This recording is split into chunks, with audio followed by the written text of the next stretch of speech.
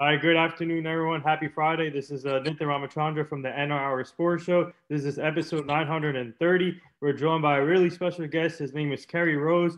He's a former NFL safety. He played for the Jets, Cardinals. He went to Louisville for college. He's from Alabama. But now, after his NFL career, he's an actor and he's a singer too. So we're going to get to all of that. And first of all, Kerry, I just want to say thank you for joining the show. It's truly an honor. And obviously, you had a great career, and I watched you play throughout your career. And you got to play with the great Brett Favre, which we'll get to also. So first of all, how are you and your family doing?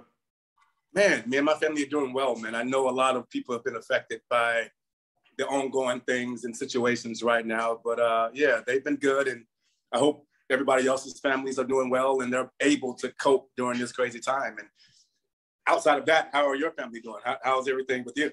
Oh, I'm doing good. Thanks for asking. We're all fine here. It's just we just want this craziness to be over with at some point and then get into normalcy of life. But yeah. I mean, everybody's working hard at helping each other out, and which is good. And it's all about helping out the community right now. So yeah, I think the beautiful thing about situations like this, it brings a unique closeness or separation to the table, right? And I think as people, we just gotta find that sweet spot to connect more and you know, listen and be more empathetic towards people and help people out. And I think that's the beauty of life, you know?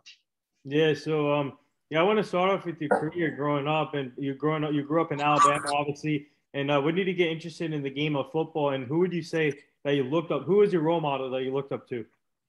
Yeah, I mean, I started my career really early, a Southern boy, so always around the game of football, right? And you know, my first sport of choice was basketball, so I started basketball first. I think I started playing football at 9, and it was just a random thing. I was at my grandmother's house, and this football coach who actually stayed a couple of houses down, I was playing catch with his son, and he came outside, and he was like, "You got a little talent, don't you?" I was like, "I think so." Yeah. And then next thing you know, I ended up playing football for the rest of my life at that point, and really just thankful and grateful that he discovered me, because I probably wouldn't have taken the leap by myself.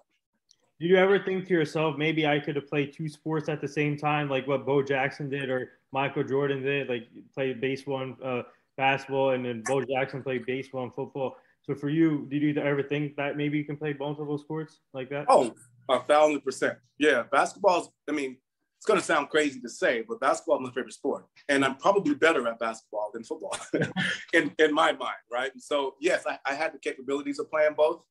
The thing with me in college, because I was actually going to play both in college, I couldn't keep weight on when I played. So my freshman year, I came in really skinny, probably like 175, 180. And I jumped up to 200 pounds, 205. And when I went out to practice with the basketball team, I would lose the weight really quickly. And so my coach made me choose one. So I chose football, and I guess the rest is history.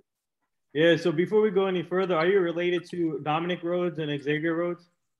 Neither one. But we're probably down the line we are, but no, not at all. Yeah, so tell our fans about your high school career, obviously. So what did you learn, especially senior year? It's the most important year for athletes to get on the grind, work hard, become the better football player, because that's when all the scholarships come in. So for you, what did you learn senior year of high school, and what did you do to improve yourself as a better player? Yeah, I mean, I went to all the camps in high school. I went to Auburn. I went to Alabama. I was a quarterback in high school, so I went to all those passing camps and quarterback camps. Got better, met people, started to be more comfortable with the on-campus life and what it would take to be a good player on that level. So I did all those things, and I think the most influential thing for me in my high school career was just to know that this is high school, this is a phase, but there are greater things ahead for me. And so investing in myself and investing the time and the work ethic and the practice skills that I needed to learn through those camps really improved me and made me feel like I belonged. And so once I started to feel like I belonged, I knew I had a chance to be, a really good player on the next level. Yeah, so speaking of quarterback, interesting. So take me through that. Tell our fans about that transition from being a quarterback and then to free defensive back.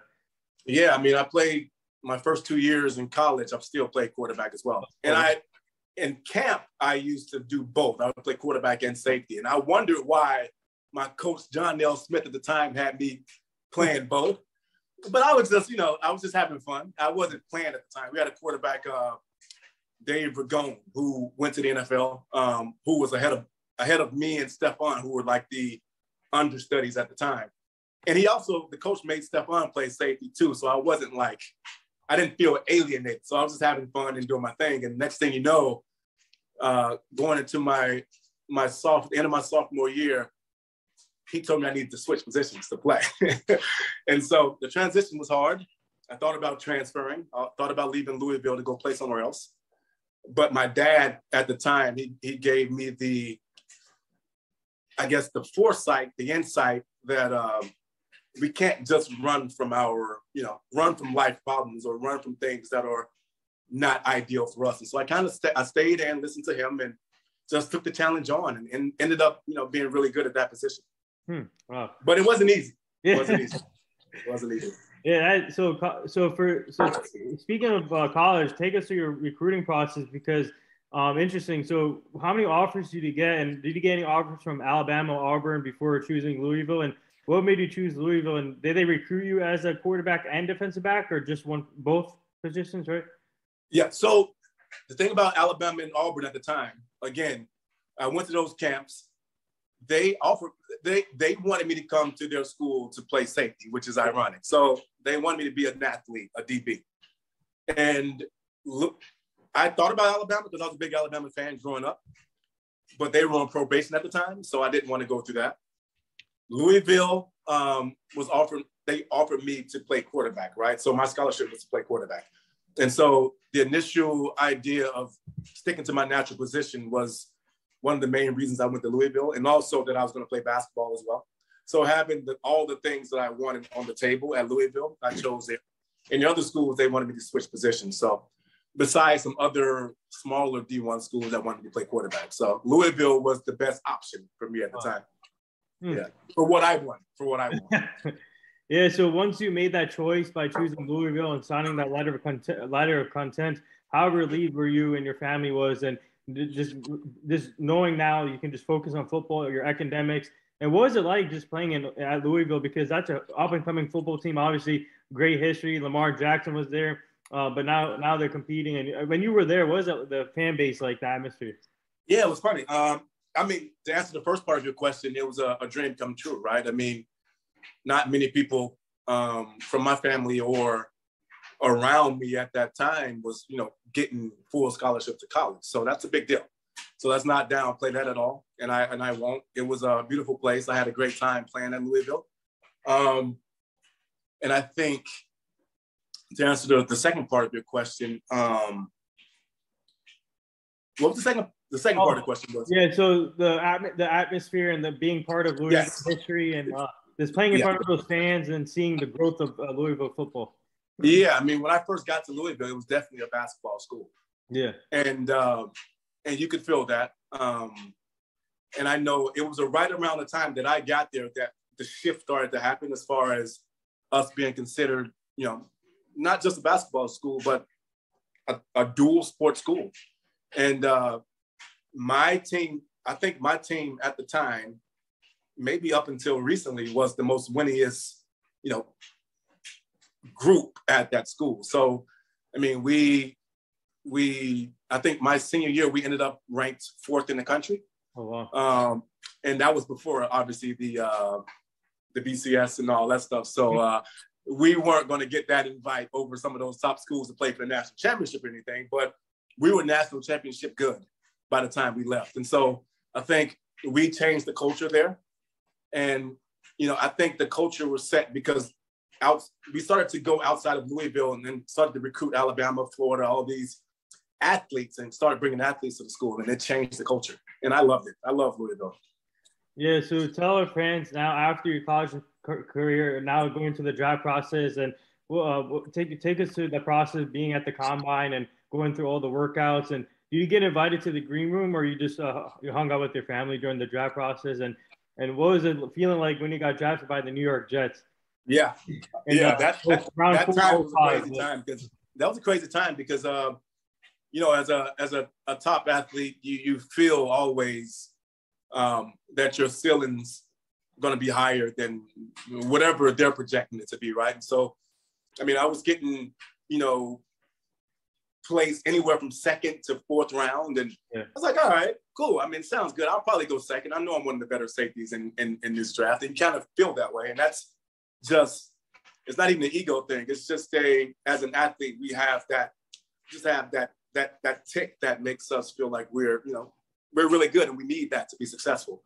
And so I remember going through that process, going to the combine. I had a great time getting to kind of rub elbows and see the competition and meet all the teams and the GMs. And, you know, it's a fun time. It's also a weird time because, you know, everything that you're doing there is being looked at and judged. Yeah.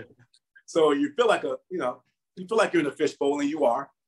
So it's kind of weird, but also fun and exciting. But, you know, I was not offered to come to the green room, but spent time with my family, my loved ones, and all of us were close and enjoyed the process. But I remember day one of the draft coming, and again, thinking I'll go high, go second round or whatever. And I remember that first day passing and me not being picked. And I remember that feeling. That feeling always sat with me. And I remember feeling embarrassed a little bit, dejected a little bit, and also it just gave me a chip on my shoulder. And I remember going out that night and seeing old teammates and friends, and I was like, I'm going to remember this feeling. I should have been drafted first. And I remember every safety and every corner that got drafted before me in that draft. And all that did was it just gave me an edge, and it gave me the ability to go out and go after it. And so day two, fourth round, got picked by the Jets. And I remember getting the call and being excited, and, you know, the rest was history. I came in as a rookie in rookie camp and didn't look back. Yeah. So speaking of the Jets, obviously you got to play what went through your mind as a rookie coming into camp? And you saw head coach Herm Edwards there, and you got to play at Herm Edwards, a great head coach, now coaching at Arizona State. And what was that like, just learning from him? Obviously, you got to play with great players throughout your years, Jonathan Wilma, Rain Corbett, you got to play with, and then going through the years, Brett Favre, Antonio Cromartie. I had Antonio Cromartie on the show last year, and it was an honor talking to him. And you played with Revis too, and so take us through your career with the Jets, and especially playing underneath Herm Edwards. Yeah, I remember you played to win the game. That's all I remember. You know, it's like he looks like the cool uncle, so I remember having that type of vibe with him. But Herm was great. I remember coming in, like I said, being drafted with them, and, you know, fourth round guy. But I remember going through rookie camp, I was like crushing it. And I was like, oh, okay, I can do this. And I felt that way. But I didn't know what my role was going to be or what they really wanted. But I remember after rookie camp, Herm sat down with me and we had a conversation. And he was like, we brought you in here to compete to start. And I was like, oh, really? Okay. So it was almost that extra push that I needed to know that I belong here and it's my time. And so I stepped up from that point and just took over that position and started from day one as a rookie. So a lot of people don't have that happen. So, you know, I had that happen and it was great. Talking about the players, man, I mean, Chad Pennington, one of my still good friends now, and Curtis Martin, one of my really good friends still now, Wayne Corbett, Lavernius Coles, one of my good friends still. So, like, I mean, just the richness of those characters and those teammates that I had, man, it was such a blessing to kind of learn under them. But the most influential of all of them for me was a guy that was just 1 year ahead of me. And that was Jonathan Wilma. Yeah. And I remember us being so close because we were so close in age, but also just the drive and the will that he had to be great, how much he studied. And for me, that was the part of my game that I needed to understand how to, I guess I needed that to kind of catapult me into that, into that next tier. Yeah. And so me and him, we started to study together every day, every week. And we became the team captains, obviously, and everything ran through us. And me and him together, it was just a well-oiled machine. And so I appreciated him so much. And, you know, going through the rest, I mean, I played with so many good players. And you talked about Brett Favre. Was such a great teammate and such a character, man. I have one story with Brett that I always remember. It was a snowy day in New Jersey, and we were outside practicing. And I was outside already taking the knee, and my helmet was to the side. And I don't know how he did this or when, but he dumped snow in my helmet. And so I was about to put my helmet on just randomly, and all the snow fell on my head. And so I had to go chase him all practice. So oh my God. That was the type of guy Brett was. I had fun with it. Yeah, so speaking of the team, and obviously if you look at that defense throughout the years, the Jets were always known for the defense. And how grateful are you? How big of an impact has Antonio Cromartie, Eric Coleman? I had him on the show also, Darrelle Revis. How big of an impact have they made in your career? Yeah, I didn't play with Antonio. I missed Antonio the year. Okay. He came the year after I left to Arizona. Oh, okay. Antonio. Okay. But Eric Coleman, yeah. another great example of a guy that took advantage of his opportunities, man. And he started as a rookie as well. So he started the year before I got there. And the year I came, I kind of did the same thing, and I learned a lot from him. He was such a vocal guy, a great communicator, a guy that knew exactly where everybody should be on the field, and was also a playmaker. And a lot of people don't talk about E. Cole a lot in that regard, but he was a playmaker. And I think the year before I got there, he led the team in picks. So really great guy. Still a friend of mine now. We still talk as well occasionally, and just a really good dude too. Yeah. So speaking of, I'm just curious. I just want to ask you this: have you throughout your career, have you asked a coach or your head coach to put me in as quarterback? Oh, you already know. 100%. There was a couple of trick plays that I had when Brian Schottenheimer was there, and I felt really strongly about my game. I would come in, and there was a play where I would play tight end and split out as a receiver, and they would throw the fade to me. So I had that play, and I always wanted to have a double pass, but we would never do it in the game. But we did do it in practice, so that's a fact. So I've almost had my number called on offense, but it didn't happen. Man, you would have seen that. You could have been the second, I think, because we've seen this already. Kendall Hinton from the Broncos did it. He had to play quarterback one last year in one of those games. He's a wide receiver / quarterback. I remember that. Yeah. That would have been awesome if you did it too. But I want to ask you though. So how tough was it leaving the Jets? And obviously you went to another great organization in Arizona. You got to play with another great head coach in Ken Wisenhunt. But how tough is it for you to leave a team that drafted you? It was hard. I can't front. It was one of those. Caught me off guard because my last conversation with the Jets and their team and their brass was, we're going to figure this thing out. We want you. And I wanted to be there at that point as well.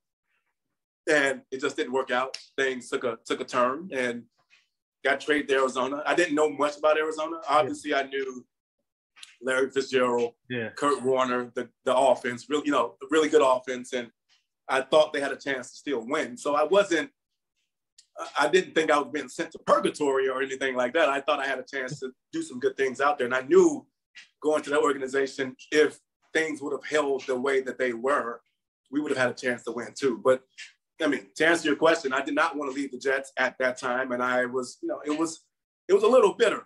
I was a little bitter with how that was handled. But once I got to Arizona and really got to play and really got to understand that fan base, and Ken Wisenhunt was great, and actually Donnie Henderson was going to be there my first year in Arizona, who was my rookie defensive coordinator with New York. So it worked out with that as well. So it wasn't bad, and I had some of the best times of my life playing in Arizona. Yeah, speaking of that, you had your defense. You guys had a heck of a defense. Darnell Dockett. You had what's his name? You had Calais Campbell, who's still playing in the league. Man, what was Adrian Wilson? Yeah, Adrian Wilson. Darrell Washington. So what was that like? What was that like playing on that defense? Obviously, you had a great defense in New York, but coming into this defense, how was that one? That defense was really, really damn good. We had players on all levels. Our offense was not that good, but we were always in games. We always had a chance to win because of the way we competed. And I remember we had Ray Horton, our defensive coordinator at the time, and he was a Pittsburgh guy, so we would blitz a lot and we would have fun. And he was open to communication from things that I saw. And, you know, I was a leader. I was one of the leaders on that defense as well, with other guys, obviously, who were leaders as well. And we had fun, even though the success wasn't where it could have been if we had a few more pieces on offense. But that's some good times, man.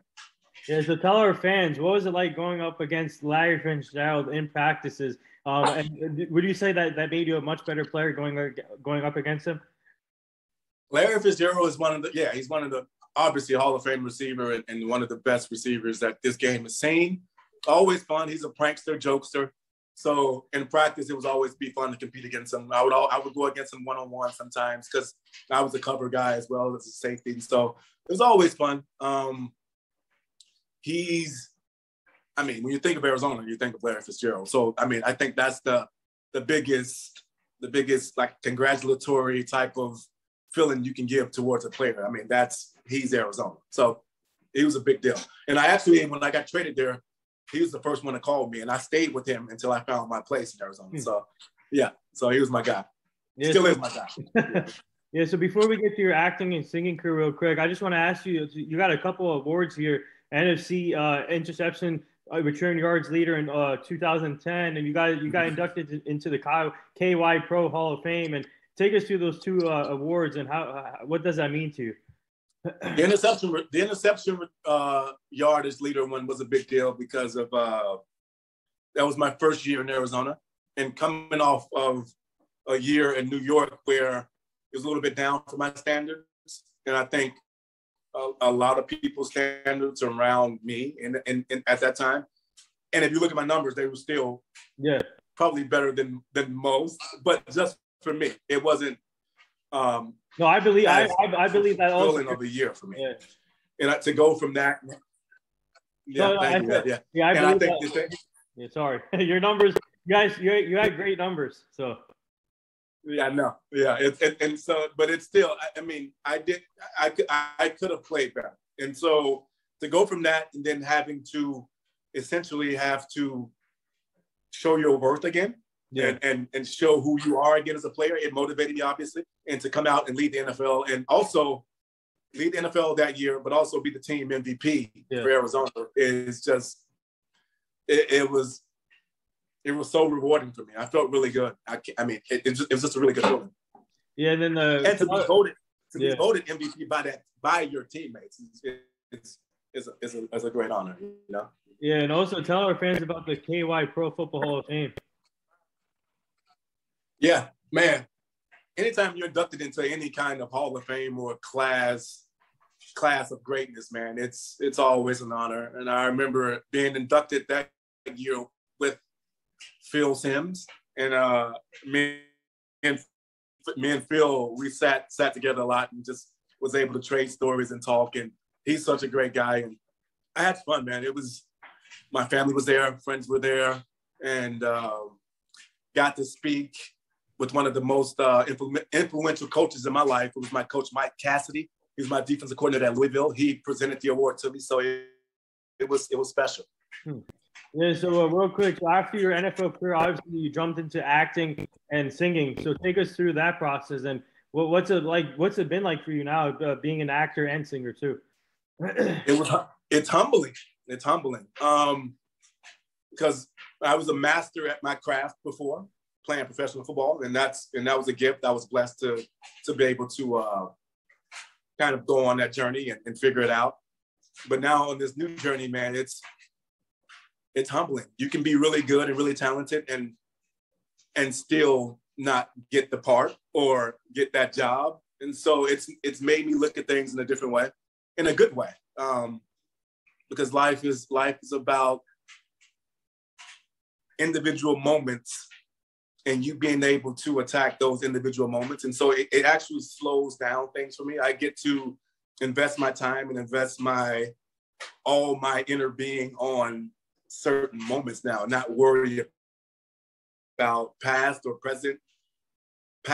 future moments. It's all about the present, right? And so being able to like really dive deep on me and how I really feel and be able to kind of transmute that or radiate that back to somebody else, and they can feel that reflection. It's no better moment or better feeling to have that kind of interaction with somebody. So it's been great for me, man. And I'm on a show right now called If Loving You Is Wrong on Oprah's network, and I've produced my own features that was in theaters, and now I'm dropping my first solo EP as a singer. So it's just it's crazy, man. Congrats on that one. Congrats on that. Yeah. So thank you, man. I appreciate it. Yeah. So where can fans find some of your movies? Yeah, you can watch the movie that I produced and I acted in called Tragedy Girls. Mm-hmm. It's on Hulu now, Hulu and Amazon. My TV show's on Hulu. It's called If Loving You Is Wrong. I just finished the feature that it's not out yet, but it's called The Girl in the Back Seat, that comes out later this year. And I'm currently in talks to pitch Tuesday. So wish me luck. Yeah. Good luck on that. Good luck on that. Things are going well. Yeah. Good luck. Thank you, man. Thank you. Yeah. Thank you. So the last two things here before I let you go, our team is part of this foundation. It's called the Hugh Jackson Foundation. He's a former NFL coach, but he's now the offensive coordinator at Tennessee State with Eddie George, and we're trying to help him prevent human trafficking, making sure the community stays safe, the kids stay safe. So we'll send you the foundation so you can go check it out. Wait, that's so crazy. That the movie that I just shot that's coming out later is about human trafficking. Oh wow. Huh. It's crazy. Yeah, so we'll send you the So please send that. Yeah. Mm-hmm. Sounds good. Yeah, so the last thing here, I would like to say anything to all the nurses, doctors, and all the essential workers right now. Yeah, I think the number one thing with that is we thank you. I mean, that's really all you can say. I mean, I know that every day it's they're seeing crazy and a lot of death, a lot of hurt, a lot of chaos and crazy things happening right now. But they put their lives on the line for us every day. So we thank you, and I want to send that love to them and let them know that they're loved. Yeah, well said. And there it is.